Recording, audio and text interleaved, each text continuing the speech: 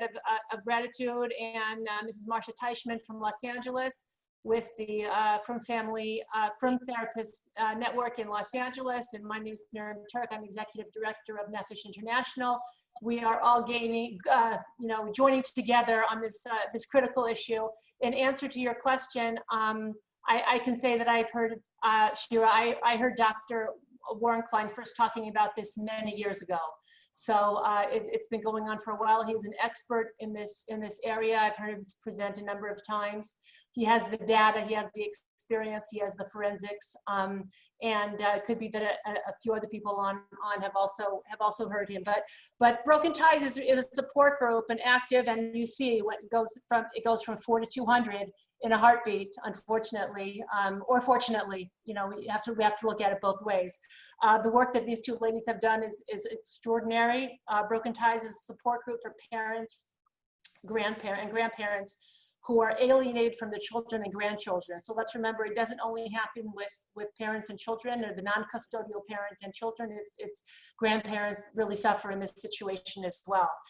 Broken Ties is physically located in Brooklyn, whatever physically means these days, because everything's on Zoom, and we're all kind of in a Zoom headspace. So kind of, although it's located in Brooklyn, we are able to connect virtually at all times. There are monthly in-person meetings and bi-monthly Zoom meetings, conferences with parental alienation experts, I assume as Dr. Warren Klein being one of them, phone support, WhatsApp chats, and literature and resources sent out consistently on this very critical issue of parental alienation. To join this group, you can send your email address to brokenties@gmail.com, or you can call, if you have a pen, and I'll put it in the chat, 518-941-6316. And for more information, you can see their website. Their website is brokenties.org. The purpose of the lecture, we will get to in a little while. When we get to the intro with Dr. Warren Klein, I'll just give a little shout out to Nefesh.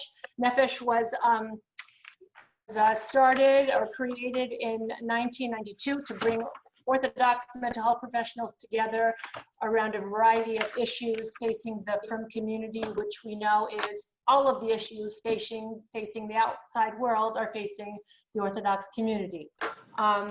We have about 850 members worldwide, and growing all the time. Our Mor D'Asra is Rav David Cohen, a Shlita from Brooklyn. Many of you have either called to ask him shilas, or you have heard him speak at a conference where he offers the ever popular question and answer session at the conference, which we actually specifically have on Shabbos. So it is not taped, because many of the questions that he gets are things that we do not want to commit to tape, because they are a little bit tricky, shall we say. We have an annual conference for all. We have about 300 to 400 people at every conference. This year, obviously, will be online, which is sad because we can't all get together as a group. But what I'm finding exciting about it is that it's going to allow for more people from out of town to participate in that which Nefesh has to offer. And that being a number of stellar presenters, world-renowned authors and lecturers who come to the conference and who present to us. One of the things we've concentrated on in the past few years, and we've brought that online also, so we hope more people will take advantage of it, is that there are many trainings that you all might want to be going to, and you kind of butt up against the wall of they are in Shabbos. And certainly some people ask shilas and find that that their Rav lets them attend for Shabbos, but there are people who ask the same shilah and they can't. So we have been able to bring IFS, DBT, somatic, all of these things on to a Shomer Shabbos friendly venue. Now, obviously, everything is going online, so it'll be even more. No one has to fly in from Los Angeles to attend one of our one or any of our trainings. So we are adapting as everyone else is adapting. I think we've done okay. Actually, more okay. We provide support for therapists around the world on a weekly basis who are having different, shall we say, challenges with the pandemic, with going online, with certain issues they're seeing that are skyrocketing due to the pandemic. And we are trying to be able to respond to the needs of our Orthodox mental health professional community in ways that we see when there's a real need there. With that said, the Nefesh website is nefesh.org. So far you have nefesh.org and you have brokenties.org. Both really trying to respond in a sensitive way to what's going on in our community. The Film Therapy Network that Marcia Teichman is representing, and again, thank you to Marcia for reaching out so we could collaborate on this very important topic. There are a number of Orthodox therapists all over the world. I just found that, believe it or not, in Las Vegas, there are 9. Through some of the regional work that I'm starting to do in Nefesh, we have found therapists and clusters of Orthodox therapists in the smallest cities that you could imagine. So we're trying to connect with those who are interested in us. We are interested in them and you. So we hope to add your email addresses that you registered with. We hope to add you to some of the emails that we send out for different trainings and events that Nefesh has, and I'm sure you will be hearing from Broken Ties as well, as their net grows and their virtual ability to help those families that are, to say the least, suffering. I'm just thinking about a couple of the families that I know who are suffering in these ways, and it's quite indescribable, and it's a kind of a different kind of pain than people have experienced before. So Baruch Hashem, we have ladies who are doers and driven to be able to bring such support to the community in ways that is sorely and desperately needed.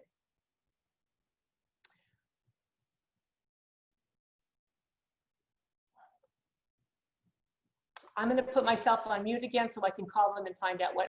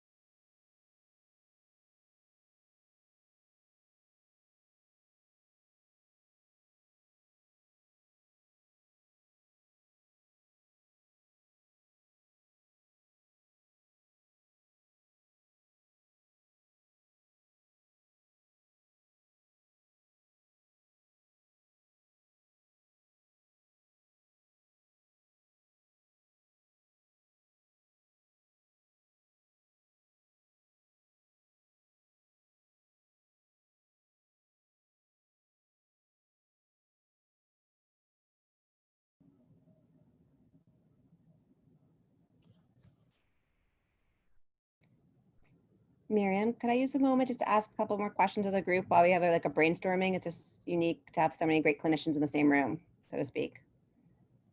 Certainly. Well, I try to get my cat out of the screen here. Sounds good. Hello, cat. Yeah, I think Dr. Warnklein is still having problems, but he's going to call in because we might not be able to see him, but he has so much information that it's worth it to have him call in. I'm just wondering, why can't he just click on the link like we did? It's for whatever reason, I don't know. He's got a tech person there also. For whatever reason, it's just not working. We don't know. Can I ask Okay. anybody? It seems like there are mostly women on this phone call, and I'm wondering if that's just representative of the fact that a lot of therapists are females, or if the women are experiencing this more in the community. I'm also wondering if anyone has experienced this going from a civil matter into a criminal matter. Thanks.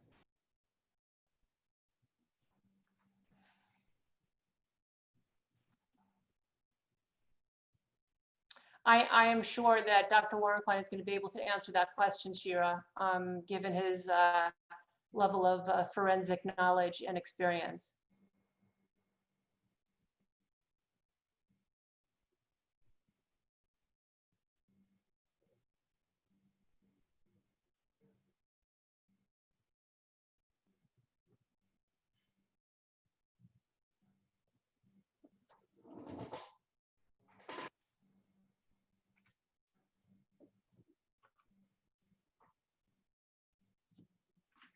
I'm not sure where he went. There are some cities that have outages, power outages, so maybe that's something that impacted him.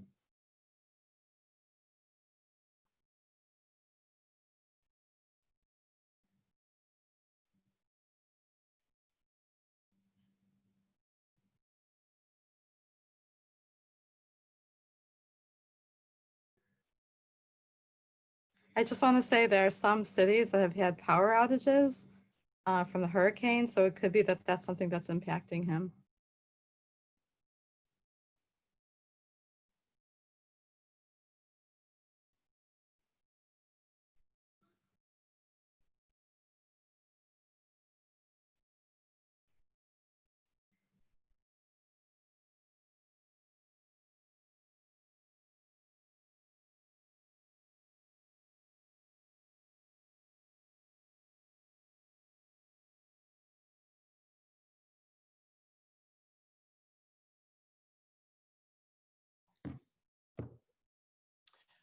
Dr. Warrenklein is in Canada, so I don't think that they were hit with the storm.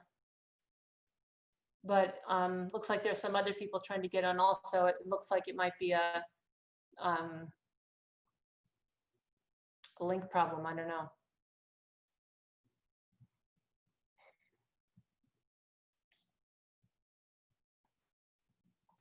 Can he just call in? Can you ask him to call in maybe? I did. Yeah, he's trying. Okay.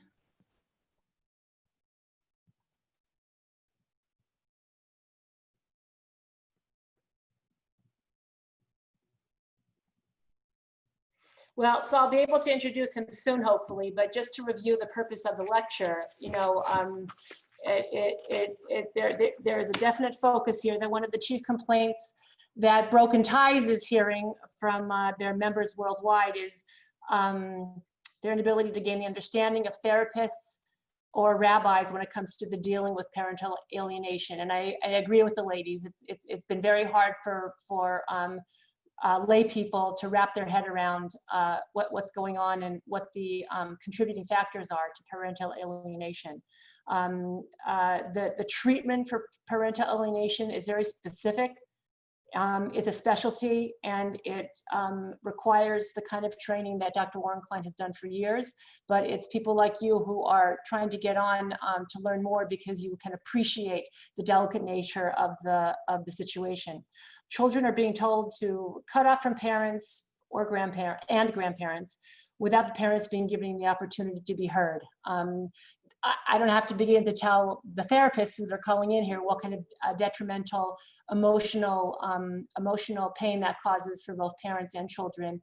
Not only pain, but confusion, disruption in school and behavior, and it's endless what where the acting out behavior can fall out, and the despair and depression that it could cause both children and adults alike.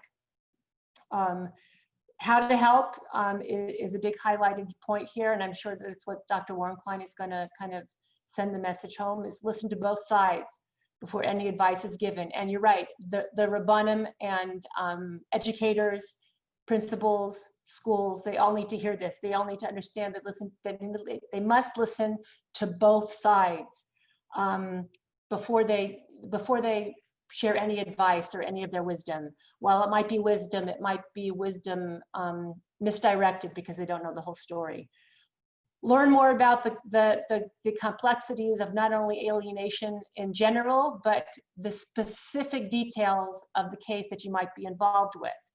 And encouraging conflict resolution and reunification is key, but very, very tricky to do so. And it's not a simple task. Like we stated before, it requires training. And I'm sure that the numbers that Broken Ties why they have seen the numbers skyrocket is because of the things that we're saying here that need to be done are not being done. And therefore, many of the numbers have skyrocketed. And I would venture to say, I'm not an expert in this field, but if there are 200 members to Broken Ties now, I would venture to say that at least 5 times as many people are suffering from that. They either don't know about Broken Ties, they don't even understand that there's alienation going on because it disguises itself in so many different ways. And so many. Excuse me, Miriam, I think Dr. Warren Klein is on. You got him? I think he's on. Dr. Warren Klein, can you hear us? Sorry, I thought he was on. That's okay. He is trying to be on. Who is the host of this meeting? That person can control the mute, unmute his.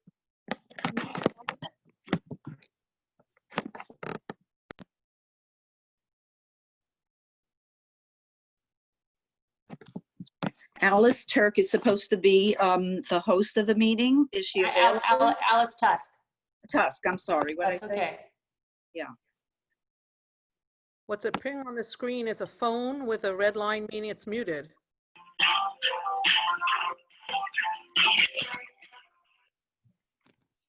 Hi, it is. I am here. I'm just, for whatever reason, I'm not able to get Abe Warren Klein I'm not sure what's going on, but he is not able to get on.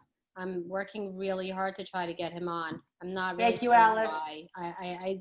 I do apologize. I'm going to try one more time. I even tried calling in the number. It's not working. Alice, worst comes to worst, could you call him on speaker? Put it on your phone on speaker and then we could hear him? Alice is in Brooklyn and Dr. Warren Klein is in Canada. I'm going to, you know what? That's what I'm going to try to do. Right. It's good. You think it'll come clearly? Yes, it clearly? does. Yes, Okay. it does.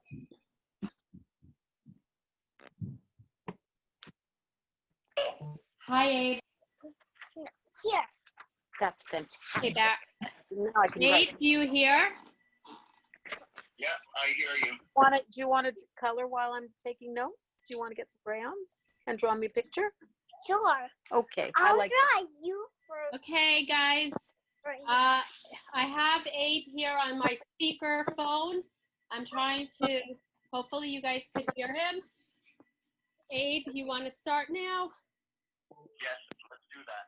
I just want to introduce Abe. Abe, can you hear us?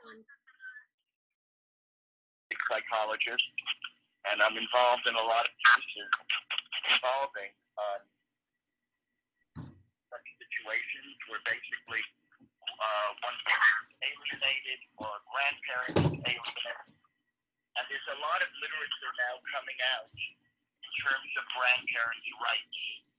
Any of you are in that situation, I would strongly recommend that there's an article in the American Journal of Family Therapy, volume 42, and pages 114 to 126. Excellent article about grandparents' rights. And in fact, it's a huge issue today that grandparents are alienated, and it goes to court often. So I'll just, leave it at that. And one thing that we need to take into account when we look at the whole issue of parental alienation, what we need to recognize is that this is not a new situation. It happens a lot more frequently, but the first case in North America, just for your information, took place, it was King versus Manival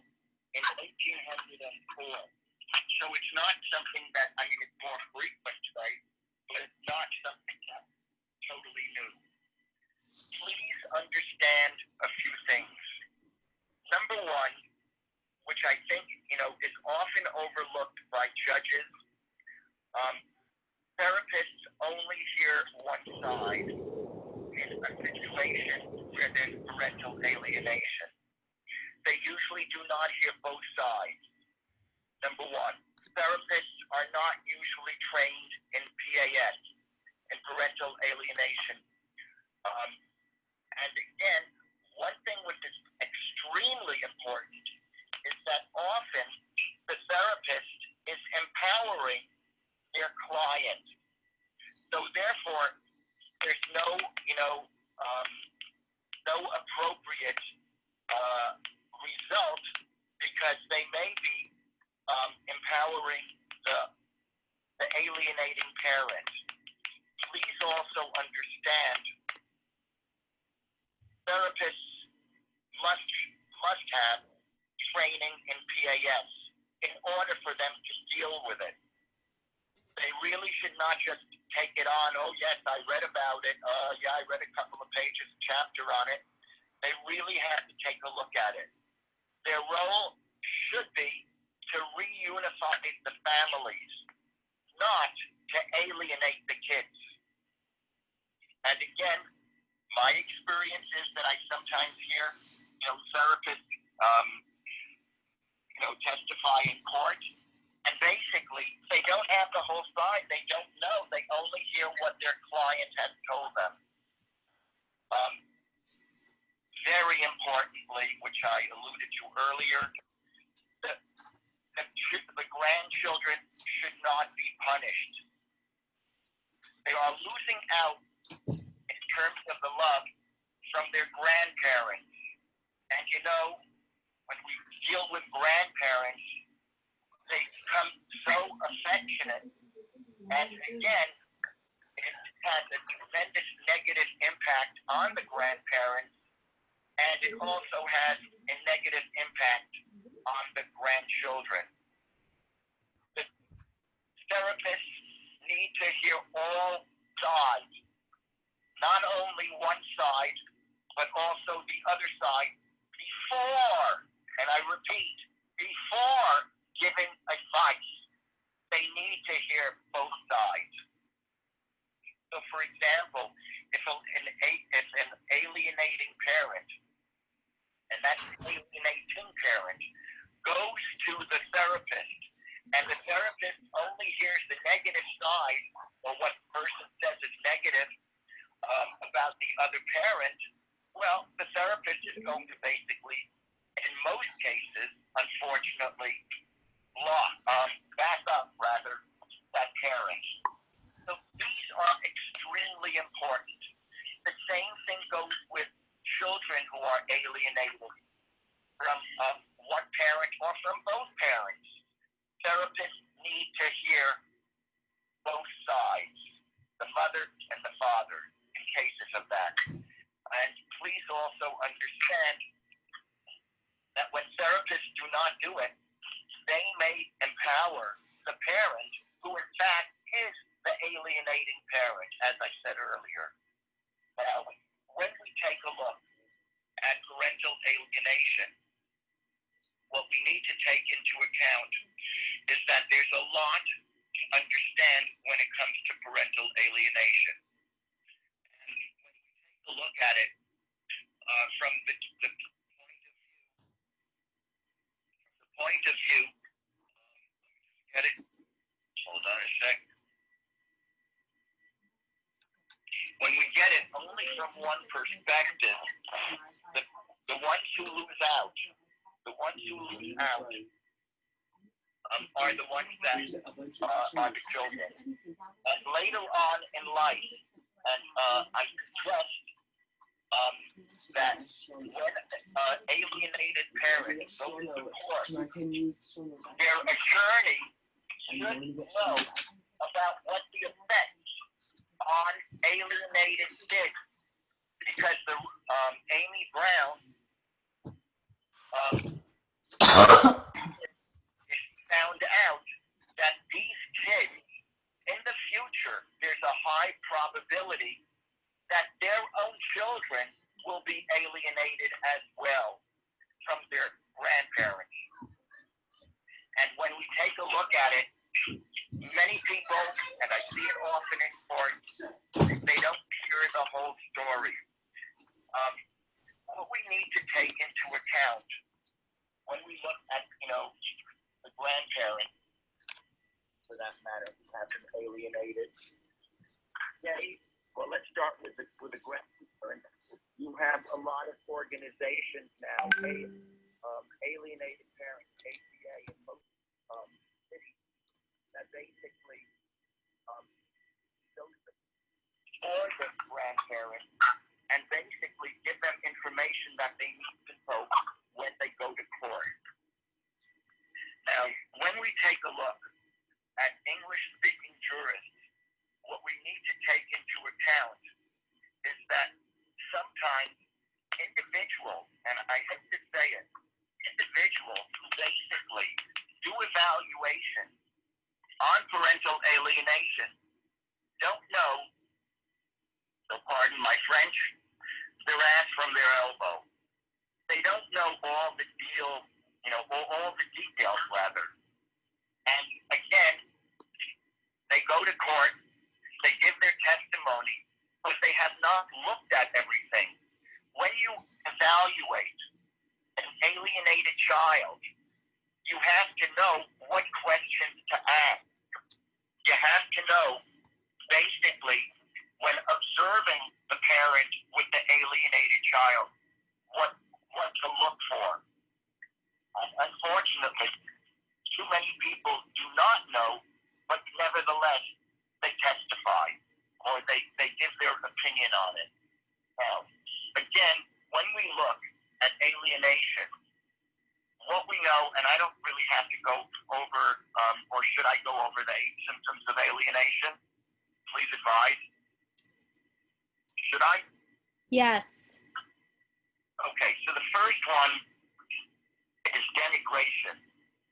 The alienating parents have a campaign of denigration, and they always tell the child something negative about the other parent. The expression that I like to use, they never miss an opportunity to miss an opportunity. And the first thing the child says when he or she comes into my office, they said, "Let me tell you about what my father did to me or what my mother did to me." That's the campaign. And basically what they do, they have these complaints and they feel that they're justified even though they're frivolous. The second factor is frivolous rationalization for the complaint, which I just said. And sometimes when I ask the child and the kid goes, my mother did this and my mother did this and my mother did this and she didn't do this and she didn't want to help me and she didn't. Please remember, ask them. The third characteristic of parental alienation is what we call a lack of ambivalence. In other words, tell me something that you liked that your mother did. Tell me something that your father did that you really liked, that you really enjoyed. They're usually, most relationships, you have, hey, I like when he did this, I didn't like when he did that. There's ambivalence in the sense that there's good points and there's some bad points, which is normal. These children, tell me something that you like that your father did with you. Not saying, didn't he ever take you out for pizza, or did he ever take you out to a restaurant? Yeah, but he went to the cheap restaurant and the food stank. These kids lack ambivalence. They see one totally as good and the other one as being totally bad. Now, independent thinker phenomenon. This, what we call the independent thinker phenomenon, is a bit controversial, and it's important to note that we're not criticizing children for thinking independently. What this is about is that there's some children who come in and they spontaneously say, Dr. Warren Klein, these are my ideas about my father or mother. I thought of this all by myself. Now, I want to also mention something that most professionals do not know, even though they're working with parental alienation. There is a book put out by the American Bar Association that deals with themes that alienating parents use.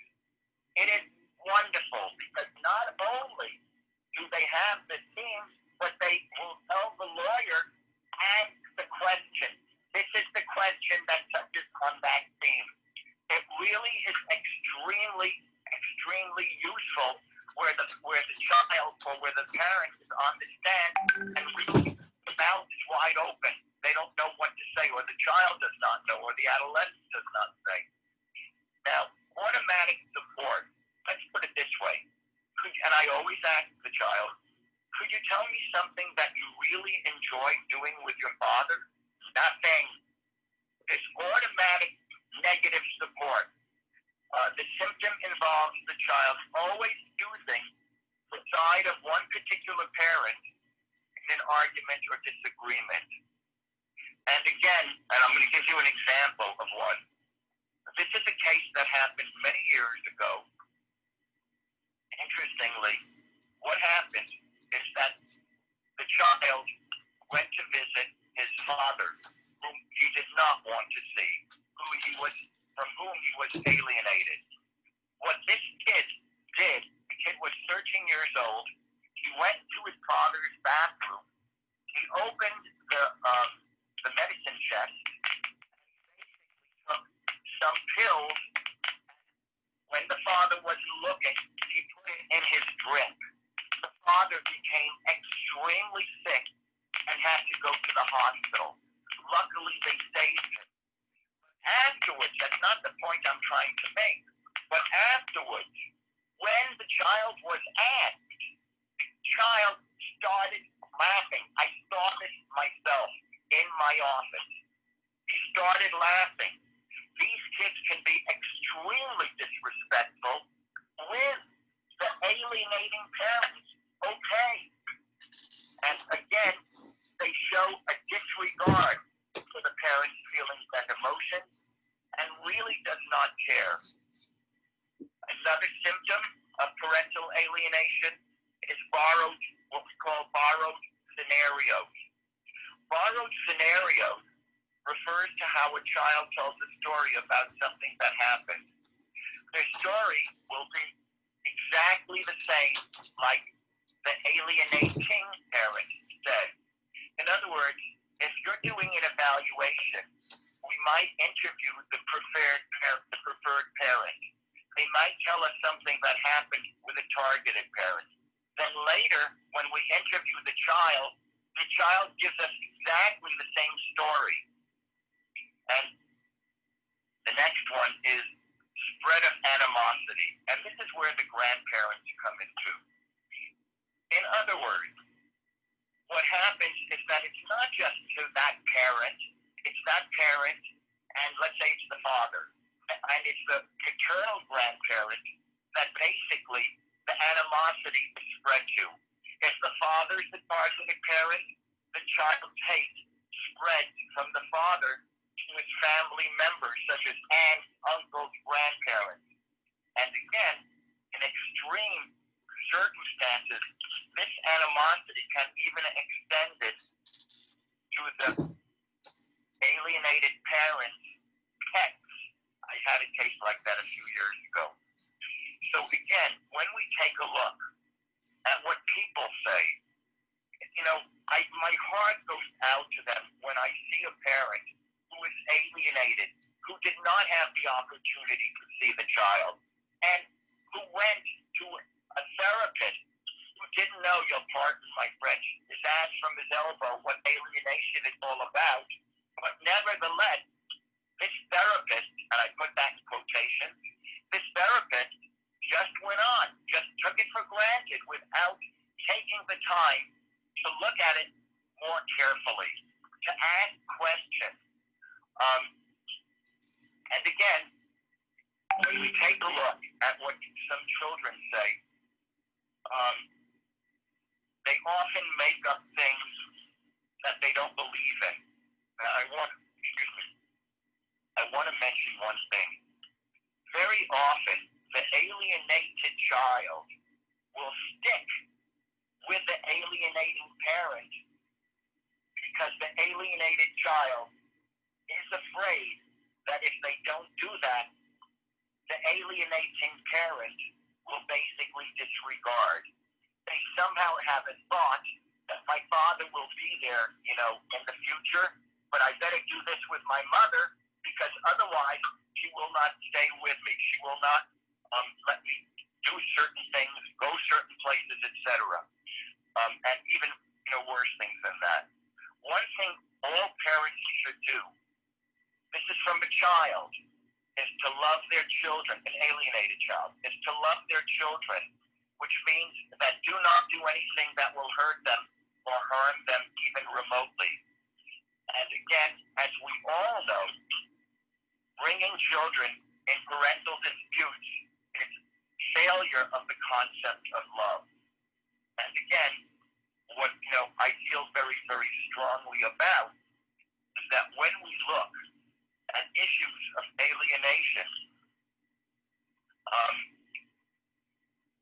what we often find, and again, I could send you articles, etc., but what we need to say, for example, this is what one parent said: my ex is a narcissist, and what me and my daughter feel are almost the same. Well, how did that happen? I mean, yeah, it's possible that they may see him if he is in fact a narcissist, but very often it's the parent that convinces the child to agree with that parent. And again, it's a problem. Again, I reiterate that a child who has been alienated from a parent often is more concerned about losing that alienating parent's love than they'll agree with that parent in order to believe that that parent will always continue to love that child and that I don't have to worry about the other one. But I will tell you, in serious cases of alienation, unfortunately, the alienated parent sometimes throws in the towel. And especially, when the child gets older, the child realizes that he's lost years of his childhood because he was afraid that his mother had only conditional love for the child. And that's something I want to also emphasize. When a child is alienated, they often feel that the alienating parent is giving only conditional love. And if they don't do what that parent says, that parent will stop loving them. And that's also been found in the research. Yes. Dr. Warren Klein. Yes, please. I was wondering if you can address non-divorcing situations where children alienate their parents and don't allow their children to see their grandparents. Yes, I'll be very happy to do that. Okay, thank you. Take a look. When we take a look, and I'll use an example in the article that I cited earlier. Samantha, age 9, had not seen her maternal grandparents for more than 15 months as a result of her father's belief that the maternal grandparents would not model or inculcate, quote, appropriate moral or religious values in the child. Samantha's mother had passed away approximately 17 months before. It was only after Samantha's mother died that her father refused to allow any contact between Samantha and her mother's parents, in other words, her maternal grandparents. Although previously they were extremely close, went on outings, had a great deal of fun, did homework together, etc. Grandparents' rights are extremely important. reiterate it. The amount of love that grandparents have for children, they often have more time to spend with them. They often have not just time, but they also have the love that they show them. But again, when a parent is vindictive and perhaps blames the grandparents, whatever reason, that it was the grandparents' fault that caused the divorce, they often will brainwash the child against the grandparents. Does that help? Yes, thank you. I'd like to, I would strongly recommend, the name of the article is Grandparents' Rights, Psychological and Legal Perspectives. As I mentioned earlier, it's in the American Journal of Family Therapy, volume 42, and pages 114 to 126.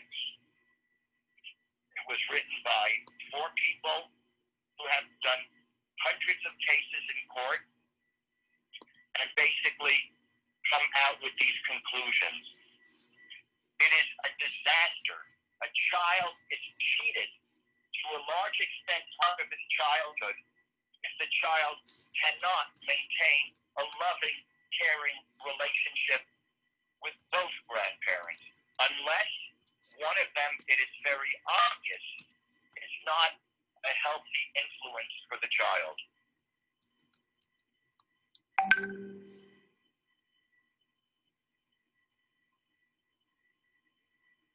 Abe, are you there? I am. Oh, okay. Thank you. I have, I'd like to reiterate that when one looks for a therapist, please also understand the therapist needs to know both sides. Not only they hear one side and and all of a sudden it's the truth. They need to hear both sides. Please only do a therapist that has been inculcated in what parental alienation is all about. What are the long-term and short-term effects of parental alienation? Therapists need to be very careful not to empower the alienated child. And it's unfortunate. I cannot tell you how often I've heard that these therapists tell the kid, yeah, you're right, you shouldn't really visit him if he does. Hey, you're only getting one side of the story. It may be totally brainwashed that the child has repeated. Please also understand, has the therapist been trained in PAS? A lot of them, oh, no, I do that. Yes, I read about that. Yes, I could do that. You really need to go to an expert, somebody who basically knows what they're doing and knows a lot about it, not just a definition of it. And please also, very important, the role of the therapist should be, in cases of parental alienation, to reunify the family, the alienating parent and the alienated parent. And I would also add 2 more things. Don't punish the grandchildren. They're losing out the love from the grandparents.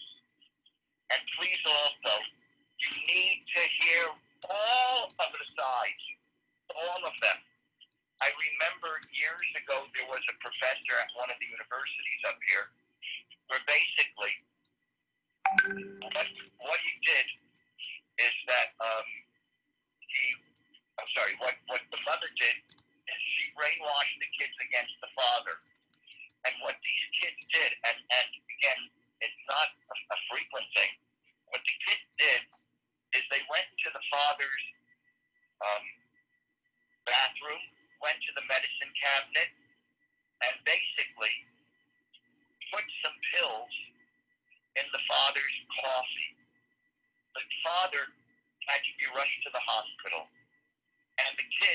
interviewed them, the kids started laughing. And again, they don't show remorse. Neither do the parents, who are the alienators. In many cases, do not show remorse. It is a child is cheated out of his childhood, whether it's a parent who is alienated or whether it is a grandparent who is alienated. Dr. Warren-Klein? Could you enlighten us about a completely different phenomenon?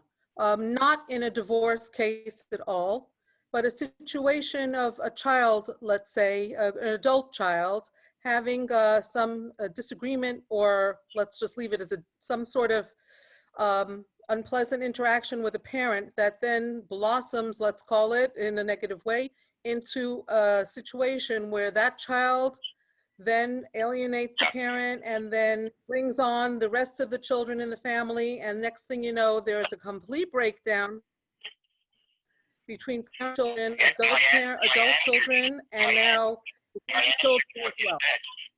Okay, Dr. Warren-Klein is answering now. Okay, my answer to what you said is that basically it's none of the child's business. It really is not. If the parent has, verbal diarrhea and basically shoots off his mouth about what the grandparent did or did not do and doesn't want to pay for the tuition, and, the grandparents are supposed to pay for tuition, etc. Hello? Why are you presenting this to the child? It's a child. Leave him out of it. It's between you and them. And if the grandparent doesn't want to, the grandparent doesn't want to. But again, even from nonverbal behavior, it's not just what the parent says. It's also from the way that the parent, the alienating parent, deals with it or talks to the child about the parent, and the child sees the difference. It really is quite interesting.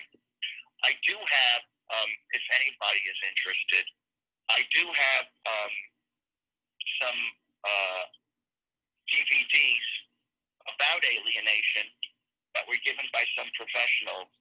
If anybody's interested, I'll be happy to share them. Okay? Thank you, Abe. Okay, are there any other questions? And I apologize for the computer mess up.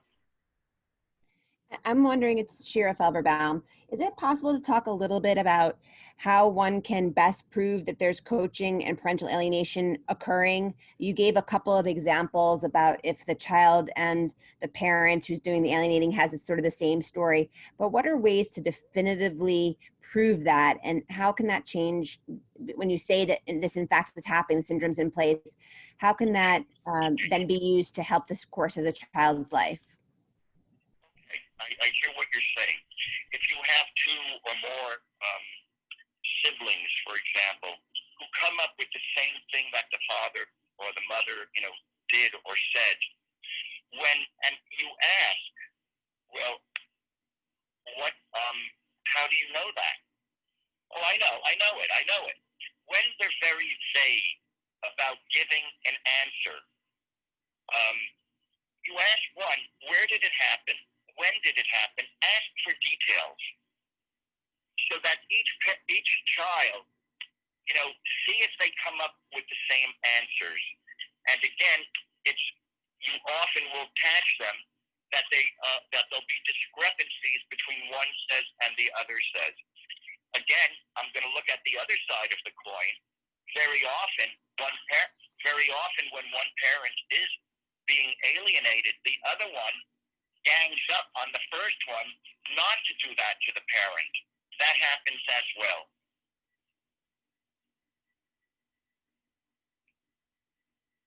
Any other questions? Thank you. Anyone else have any other questions? Yes, I have a question. What are your suggestions for possibilities for reunification with adult children that have alienated their parents? The question is a very good one. One of the questions that have to be need to be dealt with is that if the child was let me get the question straight before I put my foot in my mouth. You're asking when the child is older and was alienated? When the child is alienating their parents, they are adults, they are adult children, and they decide that, yes. So how does reunification, what are the possibilities for that if their therapist has encouraged the divide, or rabbis have encouraged or support their alienation from their parents and grandchildren? What? By the way, it's a very, very big problem. Very often they go to the Rav and they tell the Rav that, this and this, he did this, she did this, she did that, she did that. But they don't look through, the rabbi, the Rav has to look through. This is part of his job. He needs to see what is true and what happened and what did not happen. And again, I would tell the rabbi should say, I'd like to look into it. And he'll form his own opinion. Some rabbis will take it just the way it is. But again, I would hope to say that it's the minority, the small minority. Okay, but do you have any suggestions? But unfortunately, it happens. I hate to say it. It happens. I know of cases right now that's going on. And I've spoken to them. And, one of them said to me, well, you don't know all the details. And, what could I do? But I say, I do know all the details. And they sometimes, I don't want to put my foot in my mouth, but sometimes, when you ask them what it is, they cannot give you a straight answer. They'll give two different answers or whatever it is. It won't be consistent. So what have you seen as possibilities for reunification in cases such as those where they have support from rabbis or therapists? I think it would be important if one knows that the rabbi is supporting, and you've done an assessment, a complete assessment, and you see that it does not stand up. It doesn't hold. I've done it. I called up the rabbi and I said, I just want you to know I don't agree that there was or that there was not alienation, and I'd love to meet with you and I'd love to go over it. And and by the way, the answers that I usually get, are for the positive. Yes, if I'm wrong, I'm wrong, but this is what I was told. Yes, I was told that too, but I looked into it, and it's not exactly what the person says.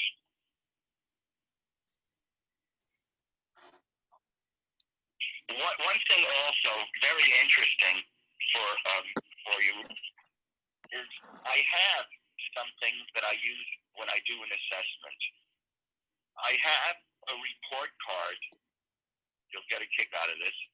I have a report card that I give the child to fill out. It's one report card for the child, for the father, and one report card for the child to fill out for the mother. And what I find is that when you have, and by the way, it's a beautiful, beautiful, beautiful technique. When I give it to the child who is alienated, it's F F F D F F F C F F F F. You see, and this is not the first time that you see the child. You speak about what kind of activities do you do with your dad, what do you like doing with your dad, et cetera, et cetera.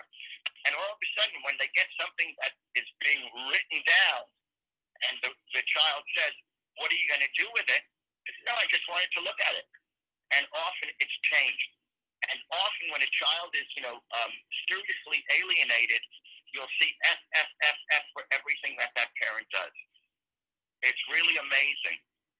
And I use it. And And by the way, the courts, ask to take a look at it often. And I pass it to the judge or to whoever it is.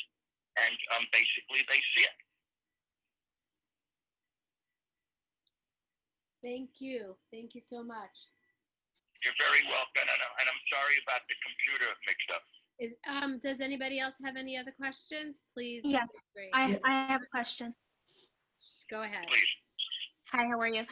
So I keep hearing you say that you always want to hear the other side, and that it's pointless if you don't hear the other side. But as a therapist of the parent who's alienated, how do you suggest or how important it is to hear the other side when you believe in your client's right to not be alienated and to be reunified? I hear what the question is a good one. And when I speak to the other one, to let's say the one that is accused of being alienated, let's use that example for a second. I will ask that individual, that parent, questions coming from what the children had said. Now, again, sometimes the child begins to believe what the alienating parent tells the child. But it's not just what the parent says. It's the parent's feelings, how the parent answers, the nonverbal language. I'm not saying that this is the only thing, but also, what have you done? Give me examples of that. And when they're able to go into detail that it did not happen, basically, and you see them emotionally, although some parents could turn on the tears, but then again, I check, with what the parent says with the child, and again, I feel that it is a good way to get to it. However, please understand, I would not base it exclusively, that a parent who is alienated, that whatever, oh no, I didn't do that, he has to give backup. And one last thing that I want to mention, there's themes that alienators use, and you could hold on for 1 second. I'm going to pull it out from the bookshelf. Hold on.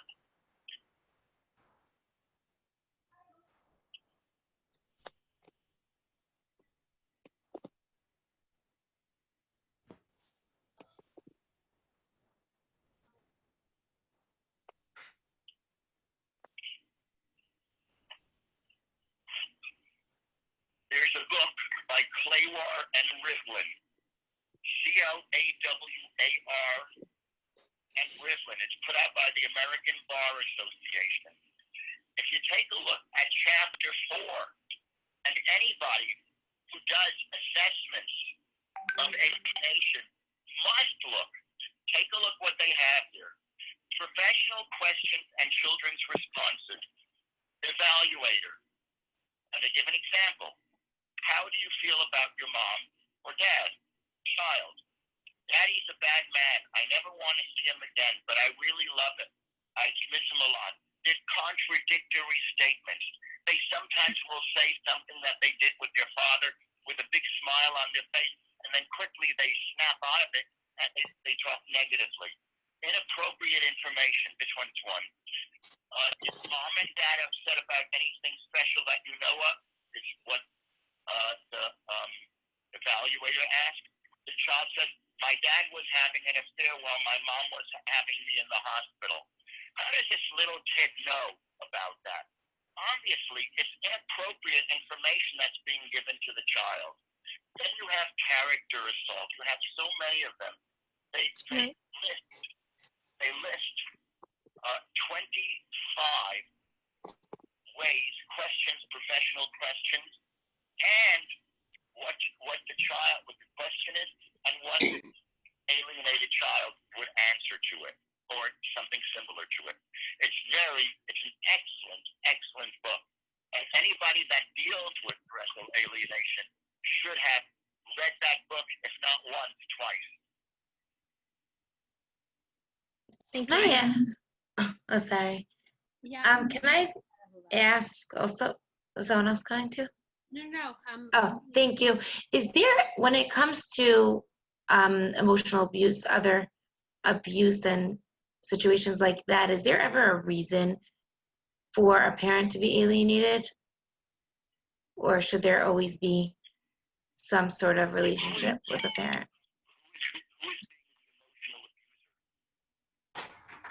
He asked who's being the emotional abuser.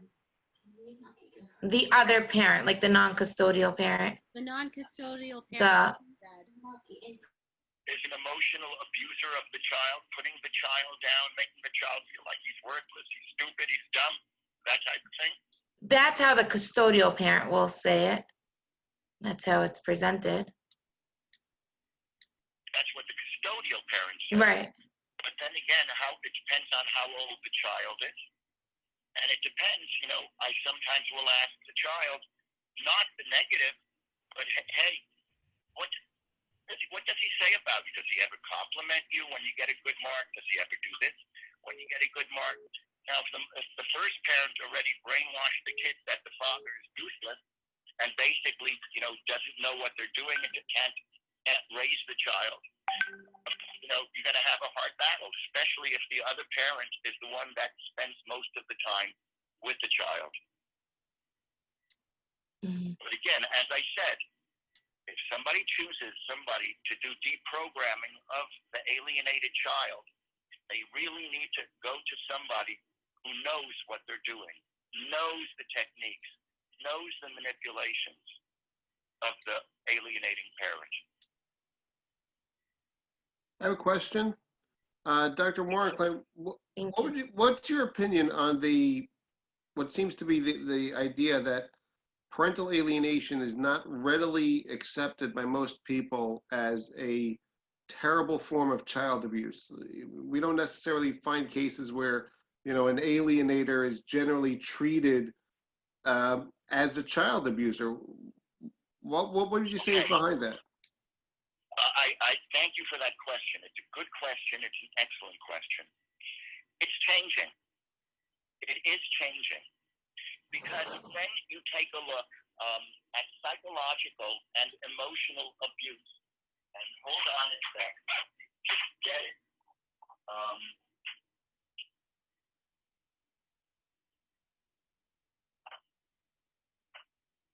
There's a book called Emotional and Psychological Abuse of Children by O'Hagan.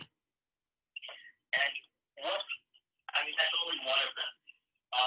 But what he says basically is that when the parent does that, let me give you the example.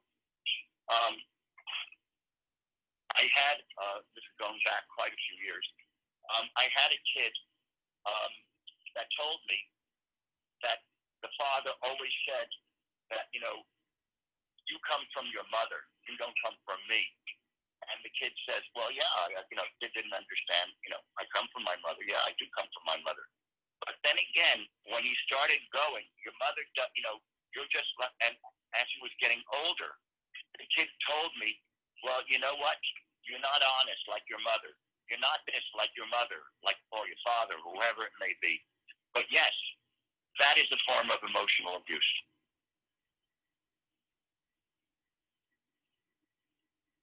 And again, I come from my mother. You tell me that my mother's stupid. It has to affect me also.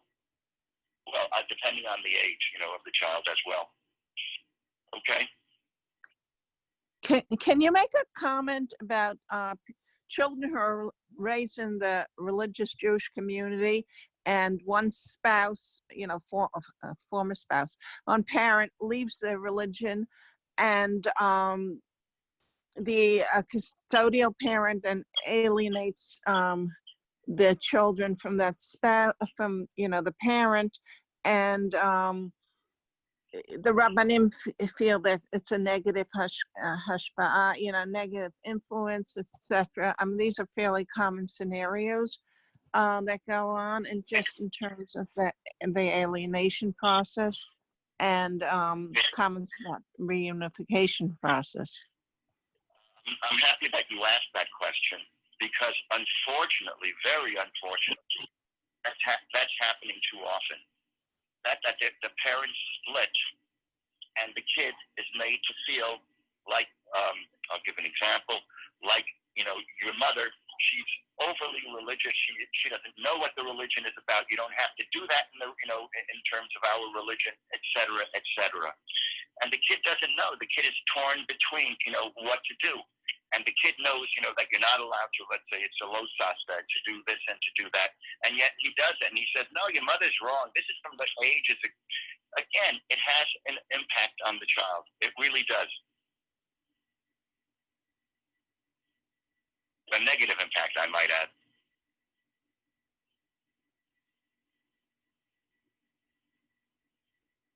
Any other questions or comments? I just wanted to say, let me finish this, and then I'll take it. Anything else? The therapist in a case of alienation cannot only hear one side. There's usually three sides to the story. Therapists need to be trained. Therapists often empower their client, even if the client was the alienator. Therapists, if they have people coming to them with alienation issues, they need to make sure that they know enough to help them. Oh, no, I read an article on it. I know all about it. It's not true. There's a lot more depth to it. And again, the role of the therapist should be, if possible, if they're not, completely separated or divorced, to reunify the family. And again, as I said earlier today, this evening that is, don't punish the grandchildren. They are losing out of the love from the grandparents. We need to hear all the parties before giving advice. Not only hearing one or two people, whoever's involved, get all the information. right. Okay? Thank you so much, Dr. Warrenklein. Thank you. You're right on target. I just wanted to add that a lot of times. I apologize about the computer. Take care of yourself. Yeah, it's okay. No, I just want to add when people. She has one more question, and then just another 5 minutes. Dr. Warrenklein, would that be okay? Absolutely, even 10 or 15. Okay, thank you. Okay, I just want to say that very often what I'm hearing is that people come to therapists and they tell the therapist, oh, we have Das Torah told us that we can do this and that. And the therapist goes along with the Das Torah. But very often the kid will not tell you who they spoke to or if it's even true. But the therapist somehow believes them and bases their opinion on that.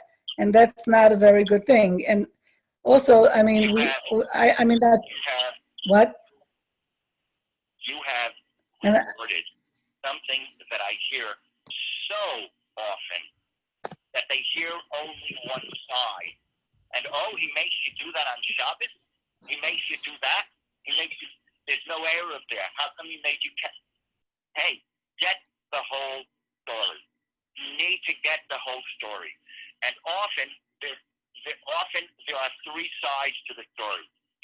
The chat group, and I hear so often where people are crying. They can't go to their children's wedding. They don't know they have grandchildren. They don't know how many they have.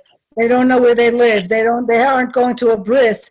I mean, these are things that really affect real people, and they're crying. I have people on the chat day and night. They don't stop crying, literally crying. So therapists have to be a little more sensitive to this. One thing, telling a young couple to keep their boundaries is not the answer, because they're ruining everybody's life. They're really, siblings, grandparents, everybody. It's heartbreaking. Gully? It is definitely heartbreaking. But again, don't take anything for granted. My Rav told me this. Did he hear both sides? And sometimes, I hate to say it, sometimes somebody jumps to a conclusion which may not be well-founded. So again, take that into account. Although I would imagine that most Rabbanim will check it out, or the great majority. What are some names of Rabbanim that, who are some Rabbanim that are very familiar with parental alienation and how delicate the situation is and have experience dealing with it appropriately? I know Reb David Cohn knows about parental alienation. Okay. And I could probably get you the names of a few other Rabbanim in New York that do. I don't have the list with me. I have it in the office. Okay, thank you. Just email me and I'll get it for you, okay? We also have a we're finding that when therapists mention words of taking space, taking boundaries, take time to heal yourself, the clients are using those words to cut off ties with parents. That even if they're not officially giving your therapist, your client advice, they're using that as what they should be doing. Let's put it this way. Before you give advice, you have to know all the details from one side and from the other side. Just listening to one side is no good because the other side may have completely different points of view. And again, it's a thing, when the child is young, the child is able to basically, believe whatever one parent says or what one parent buys for the child or bribes the child. What I often do, and with young children, is I ask, did you get any presents recently? Oh yeah, I got from my father, I got this, and this, and that, and my mother didn't give me anything. But again, why all of a sudden is the father giving the kid so much, to do? Anyway, it's not for me to answer, but be that as it may, it's obviously to get the child to agree with that particular parent. Okay? I'm just curious, you've said a few times that a therapist who wants to work in this realm should get the correct training. Could you elaborate on what that would be? Enough reading. The correct training. Reading of books having to do with assessment of parental alienation. Okay. Not just Also, a Dr. definition, a three paragraph definition of it. They need to know. I'd like to say one more thing. Oh, I also want to say that we will be offering training for therapists in this field, hopefully very soon. So we'll let you know. Is it possible to get a follow-up question in there if time permits? I'm curious about, we've spoken mostly, I think, about emotional abuse by the alienating parents, either of the child or of the grandparents as well. Can we talk a little bit about allegations of sexual abuse, which I don't think has been mentioned yet at all? How does this differ? How have you intervened in situations like that? When the child is very young and very suggestive, who gave you a bath? Daddy. And what did your dad do when he gave you the bath? Well, he washed me all over. Everywhere? Everywhere. Even in your private parts? Yeah, even in my private, and on, and then it gets blown out of proportion. And the kid, you shouldn't do, nobody should touch you there, nobody type of thing. It happens. I'm not saying that it happens often, but it does happen. And it's very, very unfortunate because it could affect the child's, in terms of way he sees things, in terms of his own body for the future as well. Okay? Thank you so much. Thank you so much. No problem. My pleasure. If It's you need already me again, let me know. Yeah, it's 9:24. We're going to call it a night, and I just really want to apologize to everyone. And thank you so much for all your patience. And if you have any questions or you want to be able to connect to Dr. Warren Klein, feel free to email me. My name is Alice Tusk. You can reach me at alicetusk@nefesh.org. I put Dr. Warren Klein's email address in the chat. Oh, that's so good. Okay, perfect. Thank you. Thank you so much, Miriam. Mm-hmm. Okay. Thank you once again. Miriam, have anything else? Take care and hatzlacha to all of you. Thank Take you, care. Dr. Warren Klein. We appreciate Be it. well. All the best. Thank you so much. Thanks, everyone. I'm going to be ending the meeting for all.